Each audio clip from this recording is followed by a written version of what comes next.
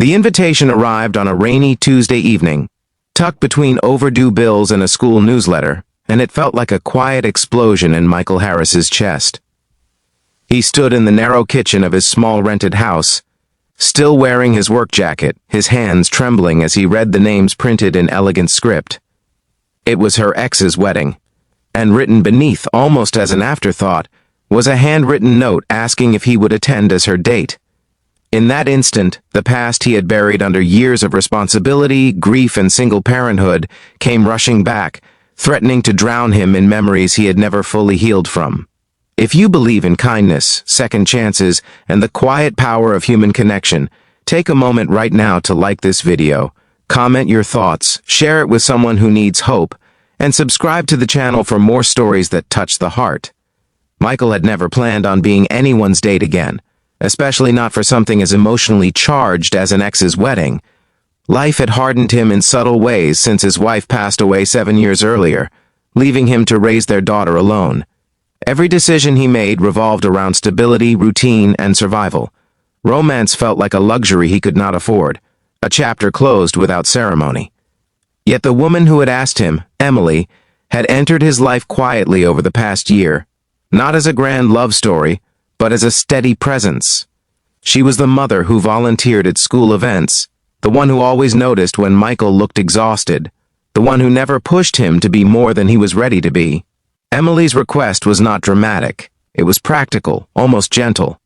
She was going to her ex-husband's wedding alone, and the thought of facing old wounds without support felt unbearable. She did not ask for romance or promises, only companionship. Still, Michael wrestled with the decision for days. He worried about judgment, about reopening Emily's pain, about what his daughter would think. He worried that he would be stepping into a room full of history that was not his, carrying scars that were not visible but deeply felt. On the morning of the wedding, Michael almost backed out. The sky was overcast, mirroring the weight in his chest. He watched his daughter tie her shoes for school, her small hands moving with careful precision, and he wondered if choosing to go was selfish. But something shifted when Emily arrived to pick him up. She looked nervous yet composed, wearing a simple dress that spoke of dignity rather than revenge or regret. In her eyes, Michael saw not bitterness but a quiet resolve to face her past and move forward. The venue was a restored countryside estate, all white arches, soft music, and smiling faces. To anyone else, it looked like a celebration of love and new beginnings. To Emily, it was a reminder of promises once made and broken. Michael stayed close to her, not hovering, just present. He noticed how her shoulders tensed when she spotted familiar faces, how her smile faltered for brief moments before she pulled it back together. He felt like an outsider, yet strangely protective, as if his role was simply to anchor her in the present. The ceremony itself passed in a blur of polite applause and muted emotions. Michael observed Emily's ex from a distance, trying to understand the man whose past decisions had shaped so much of the woman beside him. There was no anger in Michael, only a quiet acknowledgement that people sometimes fail each other in ways they never intended. When the couple kissed and the room erupted in cheers, Emily exhaled, a breath she seemed to have been holding for years. The reception was where the real challenge began. Tables filled with laughter, clinking glasses, and shared memories. Michael felt the weight of unspoken expectations pressing in from all sides. He was introduced as a friend, a companion, nothing more. Yet whispers followed them, curious glances that tried to assign labels to something that did not need one. Emily remained composed, but Michael could sense the emotional toll it was taking. Then came the moment neither of them had anticipated.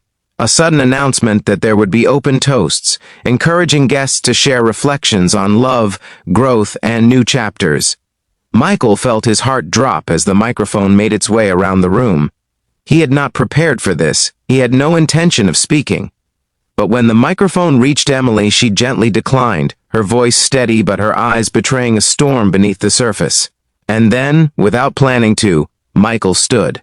As he walked toward the front, every step felt heavier than the last. He was not the groom's friend, nor part of the family. He was simply a man who had lived through loss, who had learned to love cautiously, and who understood the quiet bravery it took to show up even when it hurt. The room fell silent, curiosity replacing chatter. Michael took a breath, grounding himself in the moment, and began to speak from a place deeper than rehearsed words. He spoke about love not as a fairy tale, but as a series of choices made every day. He spoke about how sometimes relationships end not because they failed, but because they taught us what we needed to learn. He spoke about the courage it takes to sit in a room full of memories and still wish happiness for others. Without naming names, he acknowledged Emily's strength, her grace, and her willingness to support a new beginning, even when her own heart was still healing. As his words flowed, something shifted in the room. Guests, who had come expecting polite speeches, found themselves wiping away tears. The bride's smile softened, the groom looked down, reflective rather than triumphant. Michael's voice carried not bitterness, but compassion, not regret, but hope. He spoke about second chances, not just in love, but in life. About how being present for someone else can sometimes heal parts of ourselves we did not know were broken. When he finished, the silence lingered for a moment before applause filled the room. Not the loud, celebratory kind, but something deeper, more sincere. Emily's eyes were wet as she looked at him, not with expectation, but with gratitude. In that moment, Michael realized he had not just supported her, he had confronted his own fears. He had stepped into vulnerability without armor, and it had not destroyed him. The rest of the evening unfolded differently. Conversations felt warmer, smiles more genuine. People approached Michael and Emily not with curiosity but respect. Emily seemed lighter, as if a weight she had carried for years had finally loosened its grip. As they danced, not romantically but comfortably, Michael felt a quiet peace settle over him. He did not know what the future held, but for the first time in a long while, he felt open to the possibility that it could hold something good. Driving home that night, the rain had stopped, and the roads glistened under the streetlights. Emily thanked Michael, not with dramatic emotion, but with a simple sincerity that spoke volumes. He realized that being asked to be her date had never been about appearances. It had been about trust, and he had honored it. In the days that followed, Michael noticed subtle changes in himself. He laughed more easily. He allowed himself moments of reflection without shutting down. He found himself imagining a life not defined solely by responsibility and loss, but by connection and shared healing. Emily did not push for definitions or promises. Their bond grew quietly, rooted in mutual understanding and respect. Michael's daughter noticed the change too. She saw her father smile more, heard warmth in his voice, sensed that the walls he had built were slowly coming down. It was not about replacing what had been lost, but about honoring it by continuing to live fully. If this story has touched your heart, if it reminded you that healing can come from unexpected moments and quiet courage, please take a moment now to like the video, share it with someone who needs hope, and subscribe for more stories that celebrate the resilience of the human spirit.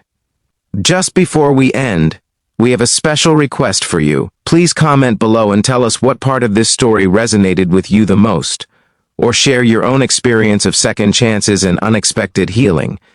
That wedding was not the beginning of a romance written in bold letters, nor the dramatic closure of a painful chapter. It was something far more powerful.